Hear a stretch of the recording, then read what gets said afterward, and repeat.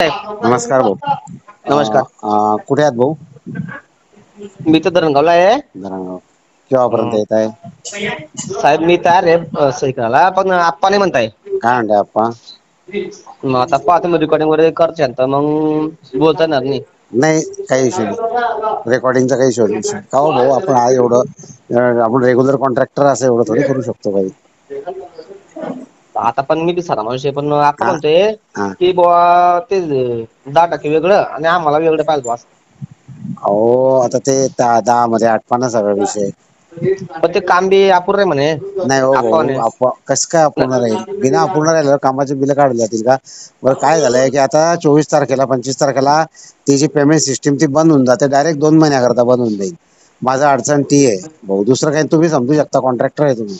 ती payment system बंद झाली, मला 2 महिने काही चालतं म्हणजे मी एकदम म्हणजे माझ्या घराच्या दारावर लोक येऊन राहिले. आता काय सांगावं तुम्हाला, मी इतका अडचणीत आलोय. हा म्हणून ना ती पण मग रिक्वेस्ट होती.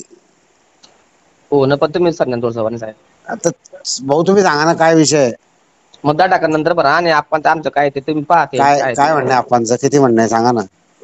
आपण दुसरं एक पेटी पाहिजे म्हणे.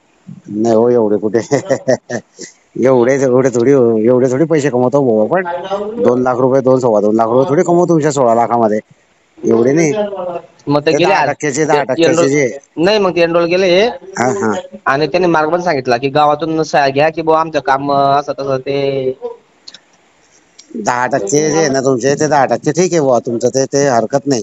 पण मग ते एवढे वरतून 10% म्हटलं तर ते शक्यच नाही भाऊ. पॉसिबलच नाही आहे. हा बोला ना.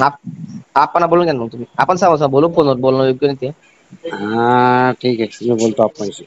संध्याकाळी तुला मी हा हा सांगा त्यांना माझं नाव असं हो असं बोलतो तू. हो हो.